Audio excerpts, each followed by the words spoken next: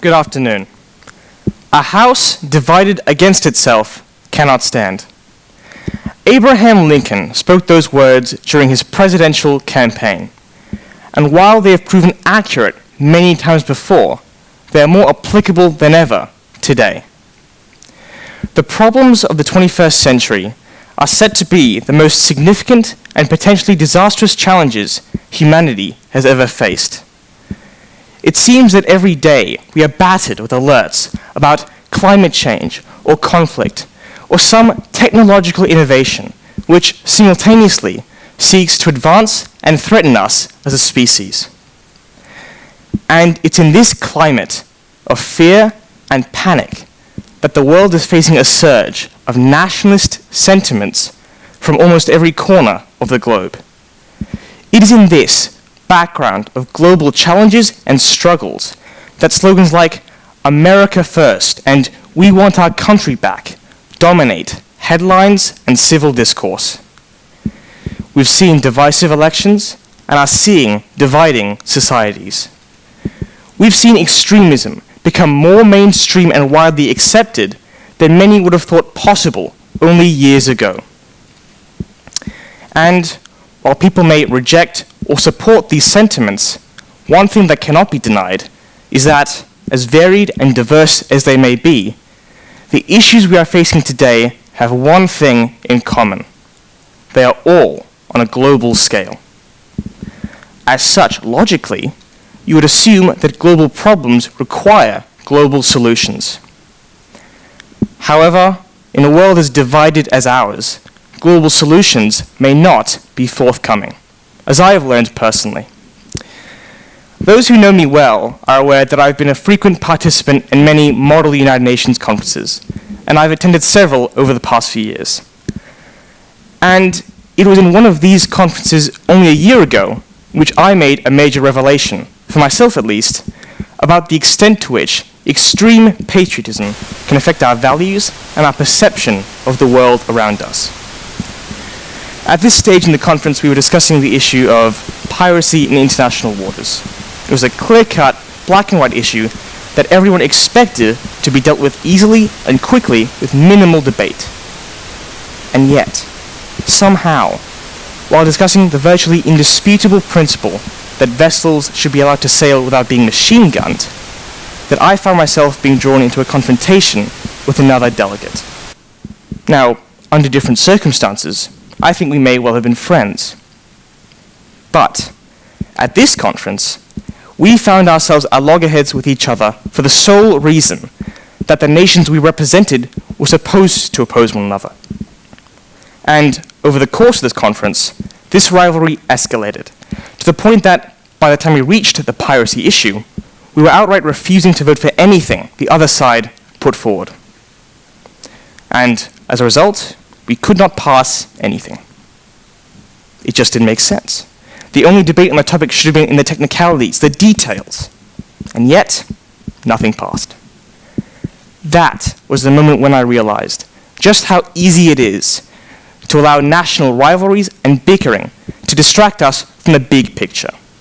How easy it is to go against your own interests simply because your opponent might benefit as well. And that, ladies and gentlemen, brings us to the title of this talk, The Future of National Identity in the 21st Century. It is without a doubt that, for almost all of human history, nationalism and patriotism have been constructive forces. They have brought people together to face and overcome challenges they would not have been able to surmount otherwise. However, the technology and interconnectedness of the 21st century is changing all of that in a fundamental way. The issues we face today are simply too complicated and widespread for any one country, no matter how influential or powerful, to tackle alone.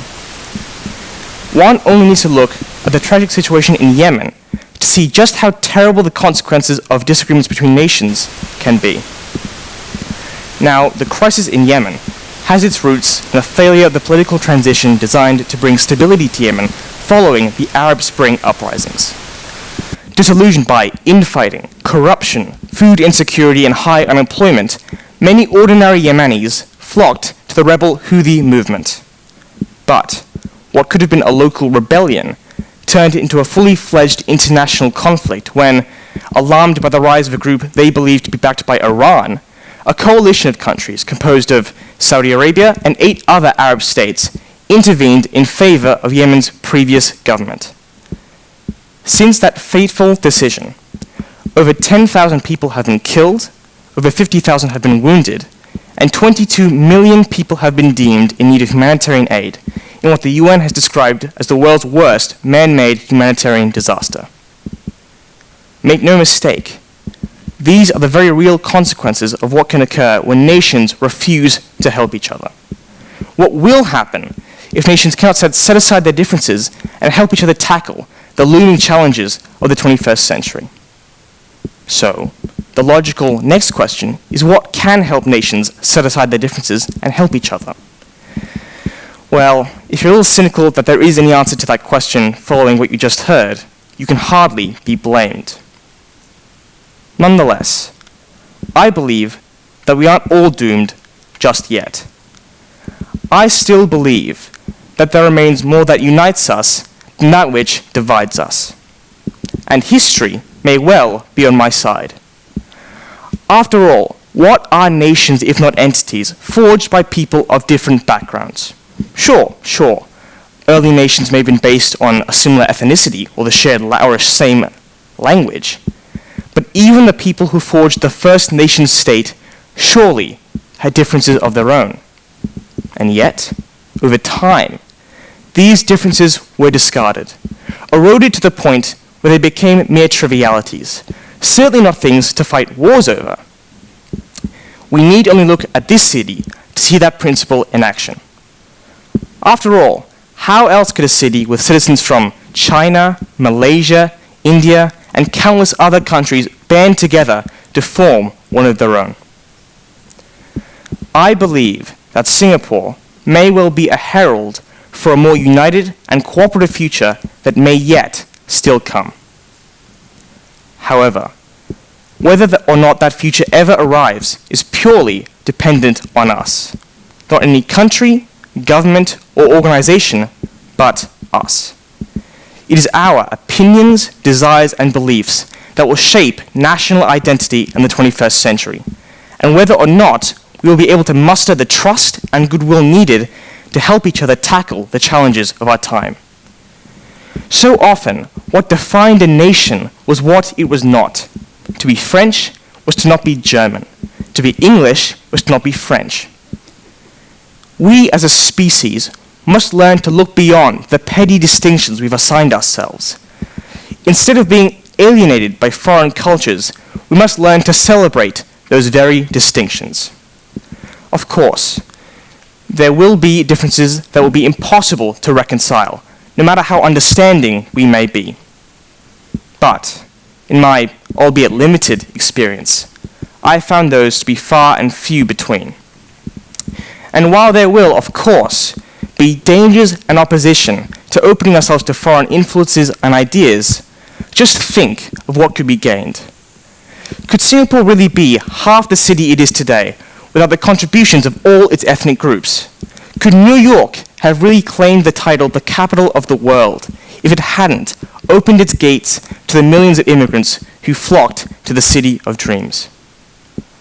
All of these places are no doubt unique, and yet their uniqueness stems from their diversity. So, what can we do to bring this brave new world into reality? Well, the hard truth is, there is no easy answer. If there were, someone would have already come up with one. The process of redefining national identity is a task for generations, not individuals. But, as long a journey as it may seem, there are some things we are capable of doing right now that might just help us get there. We must become more willing to interact with people with whom we disagree with. As difficult as it may seem to talk to someone who believes in the polar opposite of what you believe, the only way to truly understand the opposite side of an issue is to talk to them. And this is especially important, because the nations of today are no longer just defined along ethnic or linguistic lines. No, today's nations are also defined by ideas and ideals. And bridging the gap between them is the first step towards bridging the gap between nations themselves. Every time we extend a hand towards someone from a different race, creed, or culture, we help to heal one of the many divides of our wounded world.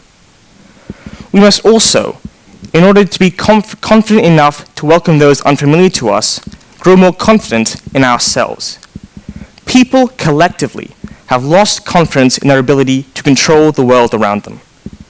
If we truly want to be strong enough to welcome an outsider and say, come and share our lives, our stories, our aspirations and dreams, we must regain our confidence in who we are, our story, where we come from, and the ideals by which we live.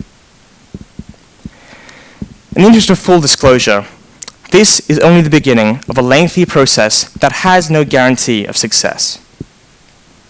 But, faced with the very real gravity of what the future holds, it would be irresponsible of us to not give ourselves the best chance possible.